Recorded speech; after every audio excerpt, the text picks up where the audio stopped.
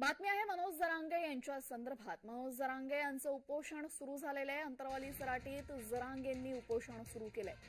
सरसकट आरक्षणाच्या मागणीसाठी पुन्हा एकदा जरांगे उपोषणाला बसले।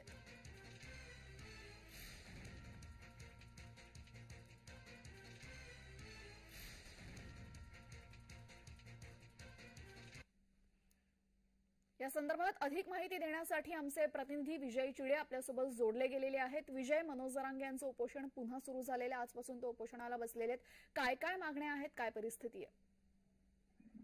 नक्की जर पाहायला गेलं मनोज जरांगे पाटील हे आज पुन्हा उपोषणाला बसलेले आहेत। सराटी अंतरवली या ठिकाणी त्यांचं अमरण उपोषण जे आहे त्याच सकाळपासून चालू झाल्याने या ठिकाणी जर बघितलं तर अंबडचे तहसीलदार चंद्रकांत शेळके यांनी देखील भेट दिलेली आहे। जिल्हा अधिकाऱ्यांचं पत्र आहे की तुम्ही उपोषण करू नये असं जे पत्र जे आहे ते मनोज जरांगे पाटील यांना देण्यात आलं होतं।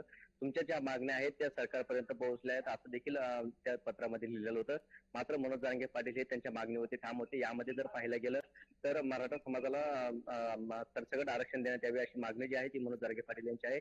हैदराबाद संस्थांचं गरजेट लागू करावं, त्याबरोबर जर बघितलं तर सगळे शहरांचे अध्यादेश लागू करण्यात यावा। त्याच पद्धतीने जर बघितलं तर अनेक मराठ्यांवरती गुन्हे दाखल झाले होते, त्या गुन्हे मागे घेण्यात यावे। त्याच पद्धतीने आता सध्या जर बघितलं नोकर भरती सुरू आहे, त्या नोकर भरतीमध्ये अनेक मराठ्यांचं जे एसीबीएस आहे, एडब्ल्यू आहे त्यामध्ये वाढ देण्यात यावी। कारण अनेक त्यामध्ये जर पाहिलं गेलं तर अनेक विद्यार्थ्यांना जे आहे ते माघारी पाठवले जात आहे, त्या विद्यार्थ्यांना 6 महिन्याची मुदत देण्यात यावी अशी मागणी जी आहे ती मनोज जरांगे पाटील घेऊन आता बसलेले आहेत। जी विजय, या सर्व घडामोडींवर आपलं लक्ष असंच असू द्या। तुर्तास धन्यवाद आपण दिलेल्या सविस्तर माहितीसाठी।